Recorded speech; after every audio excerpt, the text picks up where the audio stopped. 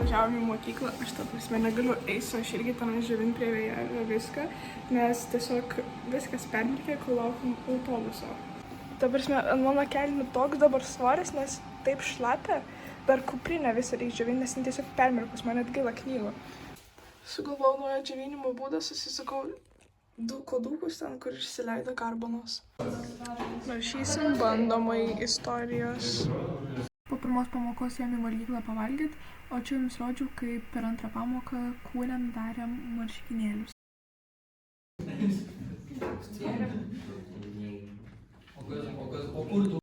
Einam valgyti. Ką tik parašiau anglų kontrolį, o dabar einu chemiją rašyti. Ką tik atsiskaičiau chemijos darbelį ir išėjau pertrauką.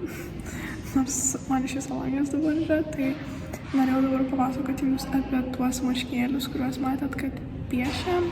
Tai jie yra skirti iš mokinio krepšelio pinigų ir gavosi, kad šiemet mūsų visa laida gavo galimybę kažką juos išnaudoti. Šiaip iš pat pradžio mintis buvo, kad darysim vienodus marškinėlius, o dabar atėjom ir tiesiog visi išsirinkom savo dizainus.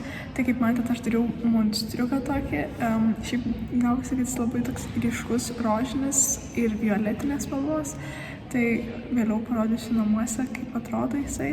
Iš tikrųjų juokingas, manau. Einu dabar ieškoti po mokyklą draugų, nes vienai liūdna pasidarė.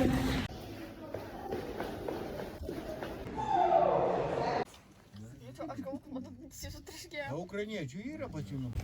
Man atrodo, kad su tokiais orais ir plaučių uždegimą galima gauti, kai visur tiesiog balas didžiulės sninga, nes taip va balta ir dar šalta. Konkrečiai žiema. Kaip klasiokas vienas sakė, blogai žiemą išvarėm per užgavėnes. Grįžau namo, nuėjau, kad valgyt, nukritau, čia išsipurvinau, palaukit, nugarą parodysiu. Ta prasme, viskas nuo manęs varva. Tiesiog. Tai bandysim valyti dabar striukę, kuri atrodo štai taip. Dabar man reikia pagalbos. Tai pasižiūrėt, ar tikrai išsivaliau gerai. Neatsimenu, kuri rankovė. Šita rankovė. Ir viskas gerai. Šiaip žiauriai šlapia dabar. Taip. Gerai. Žiūrim, ar reikia dar valyti.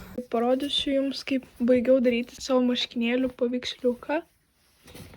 Tai jisai toks labai ryškus. Norėjau rožinio šviesaus, bet nelabai radau gerai veikiančio šito flomasterio stilinio, kad būtų jisai šviesus. Tai gavosi toks ryškus monstriukas.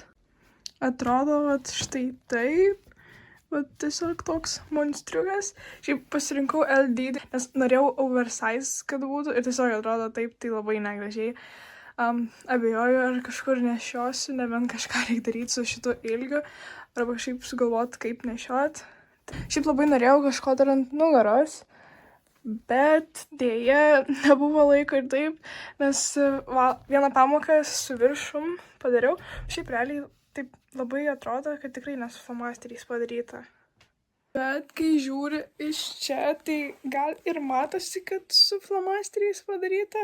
Net nežinau, šiaip įdomiai taip atrodo įdomiai, nežinau net kaip vertinti.